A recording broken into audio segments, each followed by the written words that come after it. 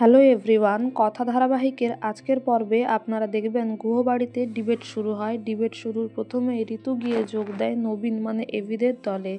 এই দৃশ্য দেখে কথা বলে, আসুক এই দলে একবার, ওকে দেখাচ্ছি মজা। পার্টির নাম শুনতেই চলে গেল। এদিকে ডিবেটের জাজ হয় ঠাম।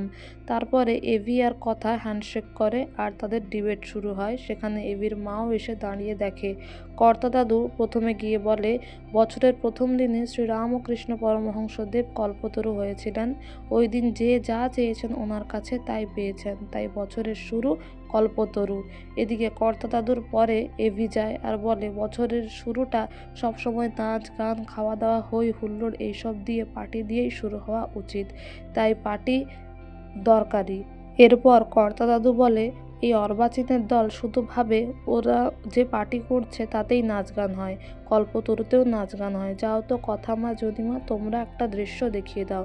এরপর তারা ডান্স করে, মানে নাচ করে। এদিকে এভি তারা নবীনদের দলও নাচ করে, যে তারা কীরকম পার্টি চাইছে সেটাও বুঝিয়ে দেয়।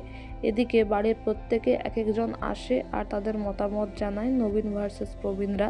আর তাদের এই সমস্ত বক্তব্য শোনার পরে ঠাম বলে, কি বিপদেই না পড়লাম আমি এভাবে কিছু বলতে পারবো না। আদালতে জাজ যেমন তার রায় দিয়ে চলে যায়, আমিও আমার রায় একটি কাগজে লিখে দিয়ে চলে যাব। তারপরে সেই চিঠিতে ঠাম লিখে দেয় যে আমার নাতিদের আগে কেউ নেই। মানে নবীনরা এভিদের দল জিতে যায় আর তাদের শর্ত তাদের পার্টি অ্যারেঞ্জ করে দিতে হবে যারা হেরে গেছে তাদেরকে। কর্তা দাদু খুব রাগ করে ঠামের ওপর যে সে কী করে এই অর্বাচীনদেরকে জিতিয়ে দিল। কিন্তু কথা বলে, কর্তা দাদু রাগ করবেন না, একটু ভরসা রাখুন, দেখবেন কল্পতরু হবেই। আমাদেরকে আয়োজন করতে হবে, তো দেখুন কিভাবে আয়োজনটা করি।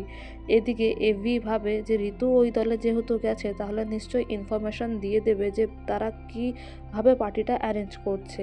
এদিকে আগামী পর্বে দেখবেন এভি একটা শর্ট দেয় কথাকে কাচার জন্য, আর সেটা কাচতে গিয়ে নির্মার জলটা এভির চোখে লেগে যায়। এভি বলে, তুই ইচ্ছে করে এসব করছিস যাতে করে আমি পার্টি করতে না পারি, আমার চোখটা লাল হয়ে যায়।